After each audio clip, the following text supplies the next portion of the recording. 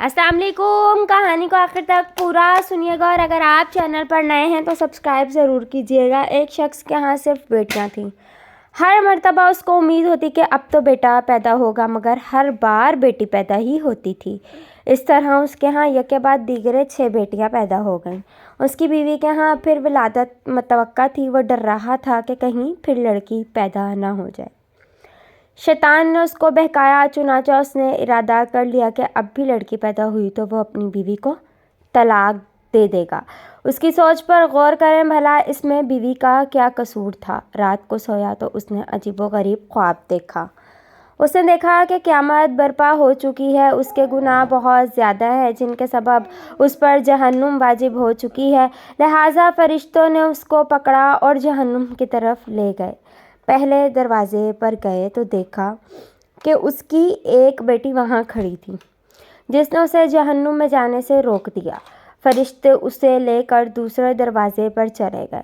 वहाँ उसकी दूसरी बेटी खड़ी थी जो उसके लिए आड़ बन गई। अब वो तीसरे दरवाजे पर उसे ले गए।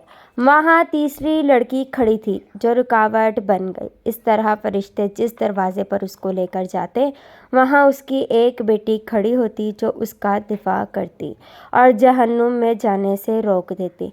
गर्ज ये कि फरिश्ते उसे जहन्नुम के 6 दरवाज़ों पर लेकर गए, मगर हर दरवाजे पर उसकी कोई ना कोई बेटी रुकावट बनती चली गई। अब 7वां दरवाज़ा बाकी था। फरिश्ते उसको लेकर उस दरवाजे की तरफ चल दिए। उस पर घबराहट तारी हुई कि इस दरवाजे पर मेरे लिए रुकावट कौन बनेगा। उसे मालूम हो गया कि जो नियत उसने की थी गलत थी। वो शैतान के बहकावे में आ गया था।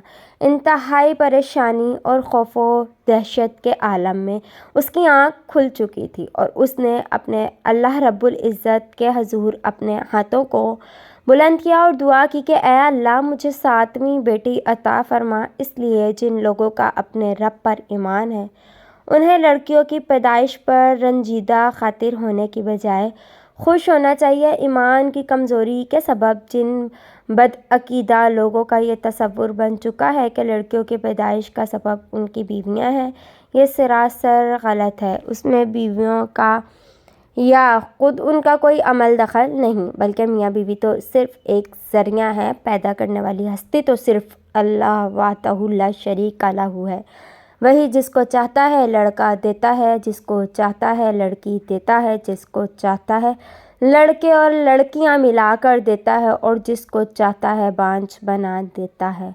ऐसी सूरत में हर मुसलमान पर वाजिब है अल्लाह ताला की क़ज़ा व क़दर पर राज़ी हों। अल्लाह ताला ने सूरह शूरा में इरशाद फरमाया है, तर्जुमा आसमानों की और ज़मीन की सल्तनत अल्लाह ताला के ही लिए है।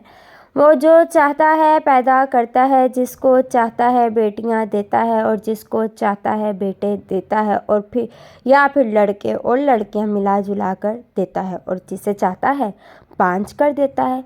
वो बड़े इल्म वाला और कामिल कुदरत वाला है। अल्लाह हाफिज़।